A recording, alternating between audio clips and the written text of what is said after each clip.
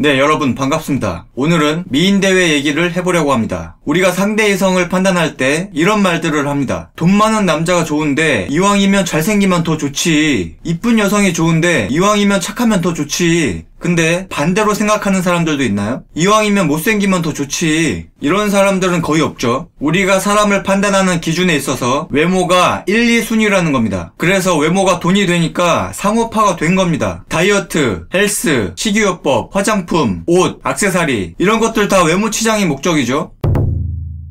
자, 최근에 기사 하나가 떴는데 내용은 이렇습니다. 매년 4월, 5월에 집중된 미인대회들이 규모를 축소하거나 폐지하고 있는 것으로 나타났다. 외모지상주의, 성상품화 등 미의 기준을 강요하고 있다는 비판이 거세졌기 때문이다. 이를 바라보는 시민들도 폐지에 동감한다는 의견과 과도한 비판이라는 쪽으로 의견이 엇갈리고 있다. 그러니까 비판하는 쪽에서 이렇게 얘기합니다. 각자의 외모는 개성의 대상이지 평가의 대상이 아니다 라고 얘기합니다. 여러분들은 하루에도 암묵적으로 수십 번씩 평가를 받고 있습니다. 사회생활을 하다 보면 외모 때문에 갈리는 일들이 굉장히 많아요. 심지어 외모 때문에 돈을 덜 쓰는 경우도 많습니다. 자세히 설명하기엔 시간이 없고 암튼 수도 없이 목격이 되고 있고 그렇다는 겁니다. 또 비판하는 쪽에서 이렇게 얘기합니다. 미인대회는 기준에 맞춰 순위가 정해지는 만큼 획일화된 미의 기준이 생길 여지도 크다 라고 합니다. 사회의 모든 현상이나 시스템은 등급화되어 있습니다. 정량화해야 판단하기 쉽고 관리가 되기 때문이죠. 그리고 어차피 미의 기준은 3등급밖에 없습니다. 예쁜 여성, 평범한 여성, 못생긴 여성입니다. 또 비판하는 쪽에서는 이렇게 얘기합니다. 한국을 알리고 봉사하고 싶으면 홍보대사나 봉사요원 선발대회를 개최하면 될 것이라고 합니다. 봉사요원 선발대회요?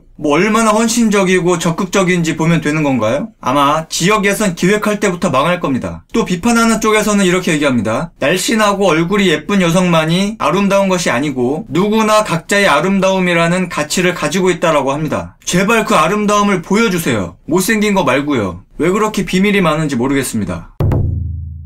미스코리아 선발대회 중계방송은 2002년부터 공중파에서 케이블로 넘어갔고 전국의 각 지역에서는 아가씨 선발대회라는 이름으로 각종 미인대회가 활발히 열리고 있습니다. 그리고 지금 광주에서 미스코리아 지역 예선을 하고 있습니다. 미스 그린코리아는 지역 예선 신청을 받고 있고 미스 인터컨티넨탈도 신청을 받고 있습니다. 참가비도 없고 드레스, 한복, 메이크업까지 모두 협찬으로 진행되니까 대회에 필요한 비용도 전혀 없습니다. 그리고 국내, 해외 방송국, 매체, 프로덕션 플랫폼 회사 관계자들도 참여해서 뉴페이스를 찾고 있습니다. 앞으로 살면서 참여 경력이 굉장한 이력이 될 겁니다. 제가 장담하는데 면접 볼 때 무조건 질문 하나라도 더 들어옵니다. 사회에서도 1차 서류 심사를 통과한 지덕체를 가진 여성들을 선호하기 때문이죠. 암튼 자격이 안 되는 여성분들은 그냥 신경 끄시면 되고요. 자격 되시는 여성분들은 용기 내서 꼭 신청 바랍니다. 가장 젊고 이쁠 때 다양한 기회와 경험 그리고 추억을 쌓으시기 바랍니다.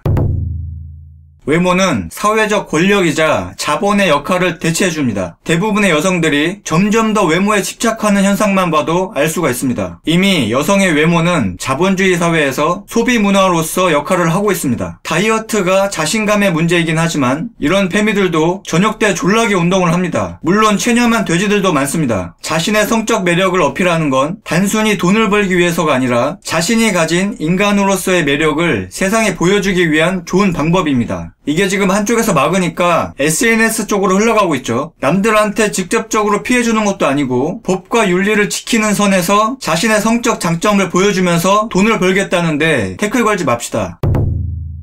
주최 측, 광고주, 참여자, 남성 시청자들은 미인대회를 대부분 찬성하지만 항상 다수의 기준 미달된 못생긴 여성들이 반대를 하기 때문에 문제가 됩니다. 미스 코리아 출신이 페미니스트로서 반대 입장에 서는 경우는 아예 없죠. 본인들 밥줄 끊기는 것 자체가 짜증이 나니까요. 사회생활도 마찬가지고 남녀관계도 마찬가지고 정치도 마찬가지고 항상 소유한 사람과 소유하지 못한 사람으로 나뉩니다. 자, 우선 반대하는 여성들의 특징이 있습니다. 어느 미인대회 참가 자격 4가지를 봅시다. 첫 번째, 대학 재학생 이상. 그럼 고졸 여성들이나 자퇴한 여성들이 반대하겠죠. 두 번째, 해외여행에 결격 사유가 없는 대한민국 국적의 가족의 미혼 여성, 특히 일본에서 뻘짓하다가 걸린 여성들이 반대를 하겠죠. 세 번째, 신장 165cm 이상, 165cm 이하 키 작은 여성들이 반대를 하겠죠. 자, 네 번째, 만 18세 이상에서 만 27세 미만, 만 18세 이하는 준비를 하거나 공부를 하면 되고, 만 27세 이상 여성들 중에서 반대를 하겠죠. 자, 여기 조건들에 포함이 되지만 출전하지 못하는 여성들은 이유가 딱 한 가지밖에 없습니다. 못생겨서 그렇습니다. 그리고 활발하게 페미 활동하시는 분들 중에 이 조건에 맞는 사람이 있습니까? 저는 지금까지 살면서 한 번도 못 봤습니다.